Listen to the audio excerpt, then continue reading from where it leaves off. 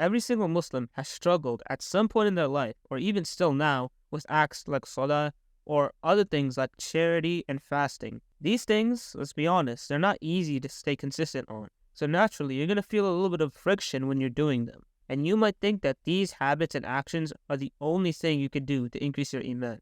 And that brings about a lot of frustration if you're struggling with them. Now, of course, these habits are super important and don't neglect them.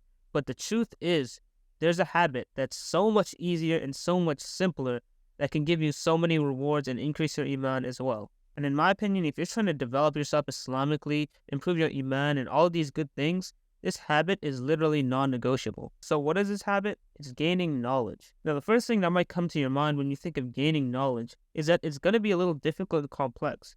Because most people, when you think of, gaining knowledge, is going to Medina, going for a whole graduate program, and it's going to take a long time, right?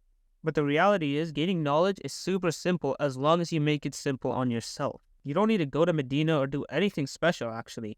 All you have to do is learn a little bit every day, and you have the tools to do that. And this could be as small as a single hadith a day, or one verse with tafsir, or something easy like that. And I recommend you actually do make it small, because again, we're trying to make this a habit. So if you start out small, then it's going to be easy to, get past that first part of making it a habit. And after that, you can increase it, and it's going to be a lot easier because you already have that momentum. So just start off with reading one hadith a day. And then as you get good at that and you gain momentum, increase that to 5, 10, or however much you want to do.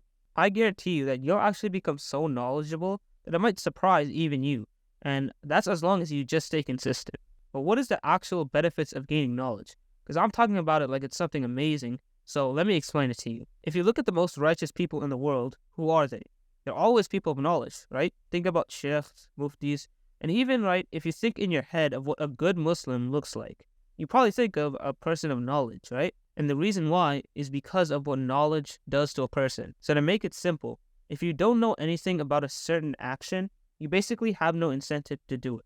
For example, someone who has no clue about the rewards of salah or has no information on salah, he has no incentive to pray because he has no information on it. And if he has no incentive, he's never going to pray. And knowledge gives you that information. So the person who does have knowledge about salah and all of the amazing rewards is going to have a massive incentive to pray. This works the same way with bad deeds and sins.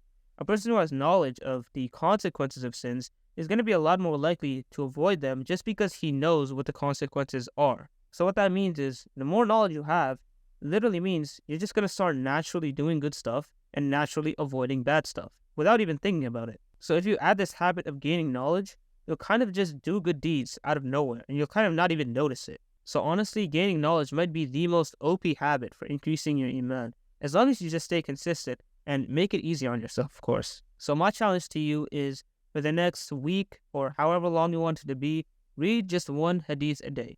You can use sunnah.com and, of course, make this a habit for your life after. And don't forget to make dua to Allah constantly. Assalamu alaikum.